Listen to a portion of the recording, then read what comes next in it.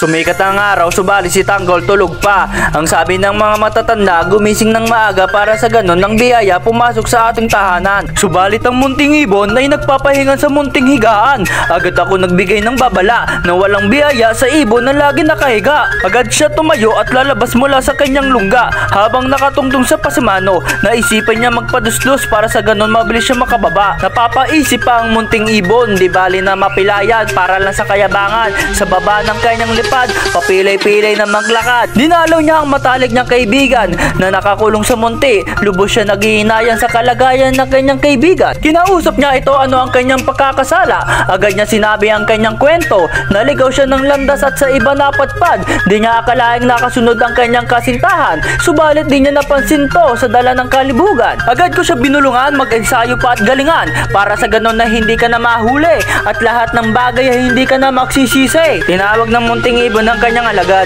Napakainin ng matalik niyang kaibigan para naman maalala niya ang tamis ng kahapon. Subalit na batwat, hindi niya maitindihan ng lasa nito. Kaya nagalit ang kanyang matalik na kaibigan. Sinisigawan at pinapagalitan ng kanyang alipin. Kaya ito umalis na lang, lumipad sa ibang selda. Dinalaw niya naman ang mga kapatid niya. Tila ba'y nahihibang na tong ibon.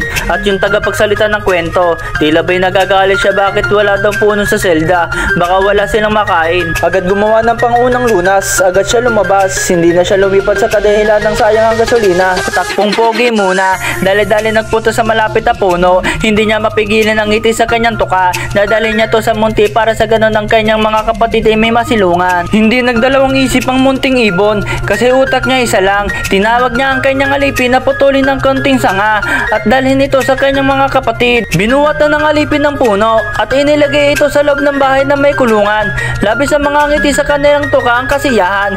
Mamaya magtipon-tipon sila at alawin ang kanilang sarili. Agad niya ito pinatanim sa alipin. Subalit na patwat, sa lupa ito tinatanim hindi sa semento.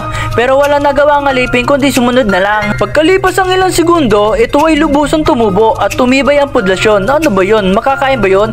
At nagmadali na bumaba ang munting ibon para ito ay maghanap pa ng makakain. Karipas ang kanyang pagtakbo, hindi man niya naisip na maaari siya madapa. Bago siya lumabas, umikot muna baka may kalaban na nakasubaybay. Sa kadahilan ng marami siya kaaway, habang naglalakbay, may nakita siyang kalaban na hindi gumagalaw.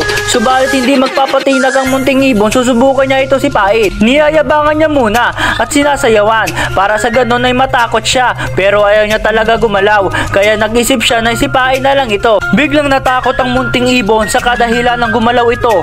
Humingi ng tulong ang munting ibon na ibalik siya sa munting tirahan dahil matutulog na siya. Good night. Ito ay kwento hango sa munting ibon na napagaling at napakagaling talaga. Tampi check!